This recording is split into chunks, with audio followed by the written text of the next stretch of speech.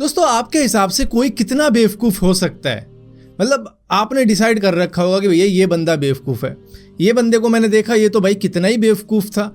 लेकिन आज बेवकूफ़ी के सारे पैरामीटर टूटने वाले हैं, क्योंकि दिल्ली के विकास कटारिया नाम के एक बंदा जो कि घिटोरनी के अंदर रहता है, उसने बेवकूफ़ी के सारे पैरामीटर तोड़ के दिखा दिए हैं आप लोगों के लिए। इसके साथ में इंस्टाग्राम के ऊपर एक फ्रॉड हुआ है, वो भी पूरे 29 लाख रुपए का, और वो भी किस लिए?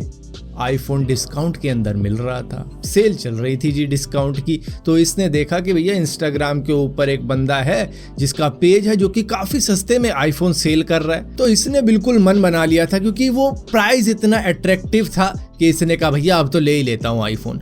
तो इसने क्या किया, लेने से पहले थोड़ा बहुत अकल लगाई, उन्हीं के कुछ फॉलोवर से बात करके देख ली कि भैया ये आईफोन देगा या नहीं देगा। तो कुछ बंदे कह देते भाई बिल्कुल जेन्युइन पेज है, इससे ले लो आप आईफोन। अब होते वो उसी के फॉलोवर हैं, उसी के अकाउंट होते हैं एक्चुअली में। तो ये पूरा का पूरा प्लान होता है इन स्कैमर्स का, जो कि इस तरीके के इंस्टाग्राम के पेज बना रखे हैं कि भैया सस्ते में चीज़ें बांट रहे हैं। तो ये उस फ्रॉड से कॉन्टैक्ट करता है और उसके बाद में बोलता है कि भाई मुझे आईफोन 14 प्रो मैक्स चाहिए, जिसके बाद में वो बंदा कहता है कि हाँ जी आपको मिल जाएगा, पहले आप 30% इसका पैसा दे दो, करीबन 28,000 रुपये। तो ये बंदा दे देता है। इसके बाद में अगले दिन इससे मांगी जाती है भैया कुछ प्रोसेसिंग फीस दे दो कि भैया 25,000 रुपये तक प्रोसेसिंग फी लगेगी, वो भी दे देता है। इसके बाद में कहते हैं भाई कस्टम ड्यूटी में अटक गया है आपका फ़ोन, तो थोड़ा कस्टम ड्यूटी का भी चार्ज लगेगा, तो 15-20 हज़ार उसके दे दो, वो भी दे देता है। इसके बाद में टैक्स का इशू आ रहा है, उसके लिए पैसे मांग लेते हैं। तो इसी तरीके से कई सारी ट्रांजैक्शन फी इससे मांगी जाती है, और टोटल मिलाकर 1-1.5 महीने के अंदर ये थोड़े थोड़े पैसे करके 28,70,850 रुपये उस इंस्टाग्राम के फ्रॉड को दे देता है, जो कि इसको आईफोन का झांसा दे रहा था। तो यहाँ पर आपको देखने को मिल रहा है कि भैया बेवकूफ़ी के सारे पैरामीटर टूट चुके हैं, क्योंकि इसको लगा कि भाई मैंने अब 50,000 रुपये दे दिए हैं, तो उसको बचाने के लिए चलो मैं और दे देता हूँ थोड़े से पैसे। अब कहता है मैंने 1 लाख रुपए दे दिए, तो अब थोड़े और दे देता हूँ। करते करते भैया लाखों में बातचीत पहुँच रही है, और ये थोड़े थोड़े हज़ार रुपये दे रहा है, क्योंकि इसको लग रहा है कि थोड़े और 1,000 रुपये दे दूंगा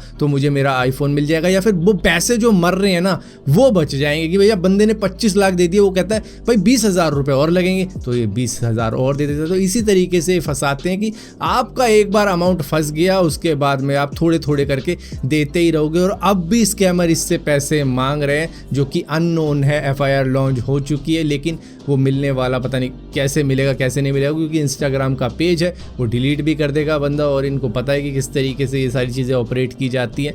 और हर बार भैया मैं तो यही कहता हूँ कि जब लाखों रुपए का सवाल होना, तो ऑनलाइन की बजाय सीधा स्टोर से ही जाकर परचेज कर लो, थोड़ा बहुत डिस्काउंट कम मिल जाएगा, लेकिन एटलीस्ट चीज़ तो आपके हाथ में उसी टाइम आ जाएगी, इतनी दिक्कत तो नहीं रहेगी आपको, क्योंकि बाद में तो आपको पता है क्या चीज़ें हो जाती हैं। लेकिन इस बंदे ने जो बेवकूफ़ी का पैरामीटर सेट किया है, वो कोई ही शायद मुश्किल से तोड़ेगा। मतलब 1 लाख रुपए की चीज़ के लिए इसने 29 लाख रुपए दे दिए।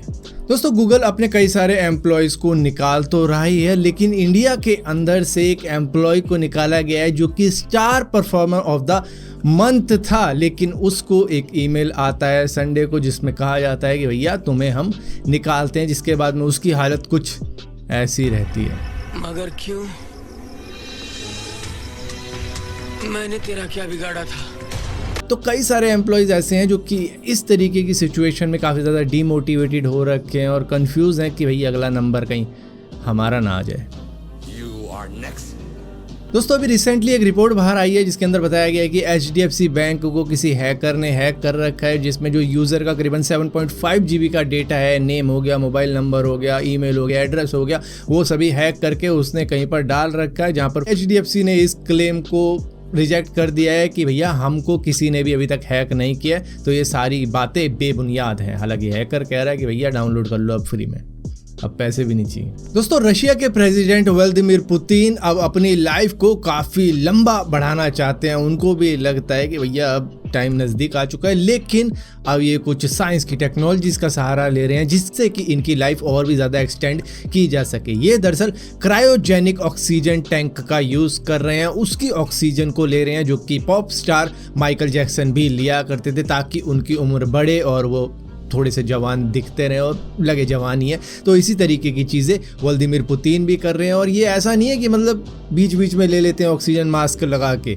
जैसे हमारे घर में एसी होता है या फिर किसी बिल्डिंग में जाओ तो एसी की ठंडी हवाएं मिल जाती हैं, उसी तरीके से इनके मेंशन, इनके बंगले के अंदर क्रायोजेनिक ऑक्सीजन ही रहती है, क्योंकि इनके जो टॉप फ्लोर है उसके ऊपर एसी का आउटडोर यूनिट नहीं बल्कि एक ऑक्सीजन टैंक रहता है, जो कि क्रायोजेनिक ऑक्सीजन इनके कमरे में, इनकी बिल्डिंग में भेजता रहता है, जिसको बार बार फिलअप किया जाता रहता है ताकि इनको एक ऐसी ऑक्सीजन मिलती रहे जो कि इनकी लाइफ को और भी ज्यादा एक्सटेंड करे। दोस्तों, साउथ कोरिया और यूएस की मिलिट्री मिलकर मिलिट्री ड्रिल कर रही है, कुछ ऐसी एक्सरसाइज कर रही है, और उसी बीच में नॉर्थ कोरिया अपनी खुद की मिसाइलें टेस्ट कर रहा है कुछ, जिसके बीच में किम जोंग उन की सिस्टर किम यो जोंग ने सीधा सीधा वार्निंग दे दी है यूएस को कि भैया हम कर रहे हैं अपनी मिसाइल की टेस्टिंग, अगर इन मिसाइल की टेस्टिंग में हल्की सी भी आंच आई या फिर इसको रोका गया ना तो ये सीधा सीधा डिक्लेरेशन ऑफ वॉर होगी, कि मतलब आपने चुनौती दे दी है हमको, जिससे कि वॉर छिड़ जाएगी directly US versus north Korea की। मैं ये सोच रहा हूँ कि ये सिर्फ गीदड़ भपकी दी गई है या फिर खुली चुनौती दे दी गई है, क्योंकि मुझे ऐसा लगता है कि भैया यूएस से पंगे लेने ऐसा है कि भाई नक्शे में रहना है नहीं रहना, सिर्फ एक रात लगेगी, गायब कर देंगे।